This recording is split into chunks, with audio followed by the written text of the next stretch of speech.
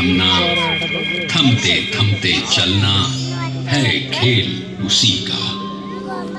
जो पास है और दूर बात है, जो महाकाय है, जो जर्रा है, जो आदिदेव है, ये है सूर्य देव। ऐसे सर्वव्यापी को नमन करते हुए शुरू करता हूँ सूर्य के प्रतीक कोणार्क की गाथा।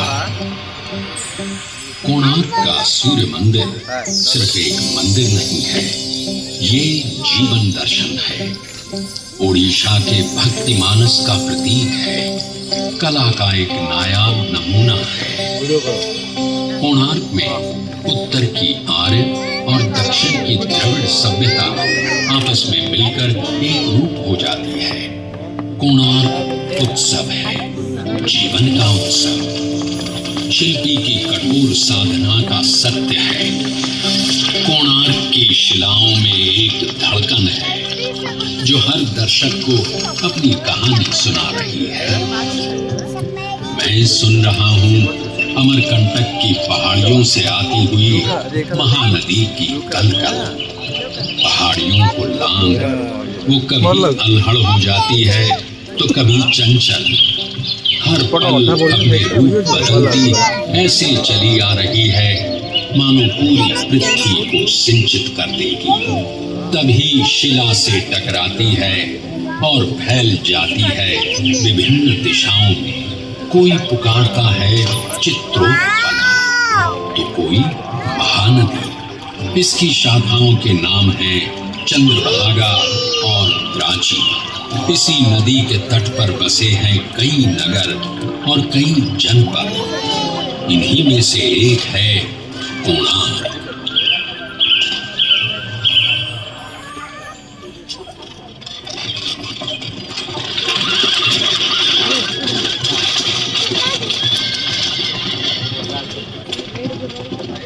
सूर्य मानव सभ्यता का आदि ईश्वर है, जगतचर्या का प्रतीक है। ऋग्वेद में इसकी चर्चा इसी रूप में होती है। सूर्य के भाई अग्नि और वायु हैं। यही जगत रचयिता है। वो रथ पर सवार होकर आते हैं। रथ प्रतीक है इस ब्रह्मांड का। उसके पहिए समय हैं तो प्रतीक हैं गति के। इसके रथ में जुटे हैं 7 घोड़े, सतरंगी किरणों वाले। उसके पहिए की 12 रेखाएं 12 महीने हैं। उसके चलने से मौसम बदलते हैं। सूर्य के 720 पुत्र हैं, दिन और रात के जोड़। सूर्य प्रतीक है गति का, जीवन का, इसलिए वो आराध्य है। आदिम सभ्यता स्वयं को उसी का अंश मानती आई है। ईसा की 9वीं सदी में केसरी रियासत के महाराजा पुरंदर केसरी सूर्य के परम उपासक थे। उन्होंने कोणार्क जनपद में पहला सूर्य मंदिर बनवाया।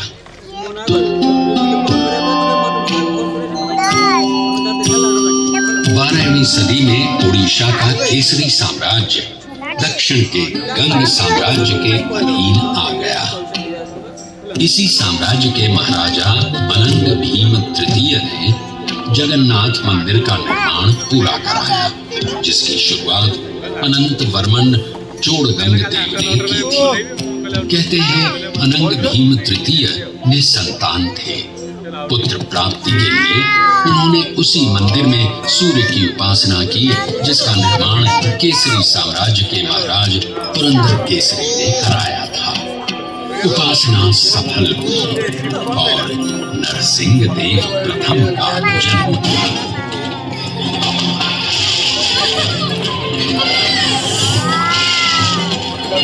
नरसिंह देव, जिनका शासनकाल 1238 से 1264 तक रहा, उनमें अपने पिता अनंग भीम के तमाम गुण थे। नरसिंह देव के पिता अनंग भीम ने 1211 से 1238 तक ओडिशा पर राज किया। ये काल ओडिशा की गौरव गाथा का काल था, स्वर्ण युग था। ये वही काल था जब मुस्लिम शासक तेजी से अपने साम्राज्य का विस्तार कर रहे थे। कश्मीर और ओडिशा को छोड़कर देश का अधिकांश भाग मुस्लिम शासकों के अधीन हो गया था। मुसलमानों की बढ़ती ताकत और साम्राज्य विस्तार नरसिंह देव के लिए चुनौती का समय था। ओडिशा की संप्रभुता और स्वाधीनता सामने खड़ी थी। प्रजा की शंकित निगाहें नरसिंह देव को देख रही थी। नरसिंह देव ने ओडिशा की एकता और अखंडता की ध्वजा अपने हाथों में थाम ली और जुट गए मालव देश यानी आज का विंध्य देश। यहाँ की राजकुमारी थी सीता देवी, सुंदर, सुशील, सर्वगुण संपन्न। मालव देश मुसलमानों के अधीन हो चुका था। उसी प्रदेश की राजकुमारी सीता देवी के साथ नरसिंह देव का विवाह संपन्न हुआ। सीता देवी राजरानी बन गई। महारानी, हमें शीघ्र ही युद्ध के लिए प्रस्थान करना पड़ेगा। राज्य की सीमा पर यवनों ने पुनः डेरा जमा लिया है। तुघान खान उत्कल को पराधीन बनाना चाहता है, लेकिन उत्कल किसी पर आश्रित नहीं है।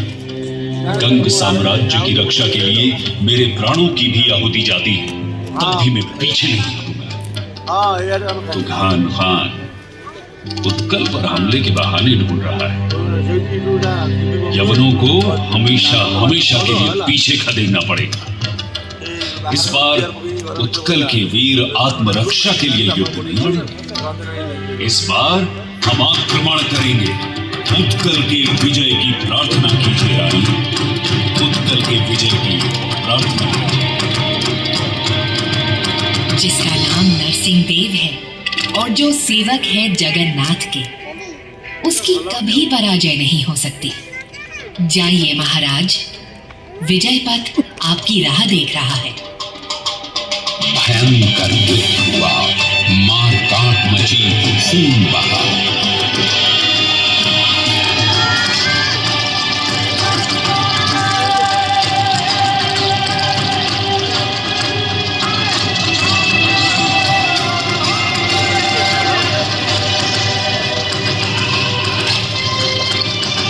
नरसिंह देव की वीरता और पाइक वीरों के युद्ध कौशल के आगे तुगान खान की पराजय निश्चित थी। तुगान खान का सेनापति करीमुद्दीन लागरी मारा गया। ओडिशा अगले 300 से भी अधिक वर्षों के लिए स्वतंत्र हो गया था। सन 1568 में अकबर के काल से पहले तक उसे पूरी तरह कभी पराधीन नहीं बनाया जा सका। लखनऊ की विजय उत्सव और उल्लास लेकर आई, लेकिन नरसिंह देव का मन विचलित था। अशांत नरसिंह देव की बेचैनी उनकी पत्नी सीता देवी को चिंतित कर रही थी। विजय की माला गले में धारण करने वाले महाराज, अब तो प्रदेश पहले की अपेक्षा अधिक शांत है। आपका यश आपके आगे चलता है, फिर भी आप चिंतित हैं। सूर्यमुख कलांत क्यों है महाराज? देवी, मैं युद्ध लड़ रहा हूं मातृभूमि की रक्षा के लिए, उसकी स्वाधीनता को बनाए रखने के लिए। लेकिन मन अशांत है। युद्ध लड़ना और राष्ट्र को संरक्षित रखना मात्र यही राजधर्म है। युद्ध लड़कर भूमि को तो सुरक्षित रखा जा सकता है, लेकिन उसकी पहचान, उसकी परंपरा, उसकी संस्कृति को सुरक्षित नहीं रखा जा सकता। संस्कृति की रक्षा भी तो राजधर्म ही है। उसके बिना ये राज्य, उसकी भूखंड और उसकी सीमा का अर्थ ही क्या रह जाता है? महाराज, केसरी वंश के राजा पुरंदर ने एक छोटा सा सूर्य मंदिर बनवाया था। आपके पूर्वज भी वही पूजा अर्चना करते आए हैं। कोणार्क के उसी सूर्य मंदिर में आपकी माता ने भी पुत्र प्राप्ति के लिए उपासना की और आपका जन्म हुआ। आज वो मंदिर जीर्ण अवस्था में पड़ा हुआ है महाराज। आपकी माता ने वहां भव्य मंदिर बनवाने की कामना की थी। आप उनकी मनौती पूरी करें। शायद कला संस्कृति के विषय में आपकी सोच का आरंभ यहीं से हो। अद्भुत! इससे सुंदर और क्या हो सकता है देवी? शीघ्र ही निर्माण कार्य शुरू करना होगा।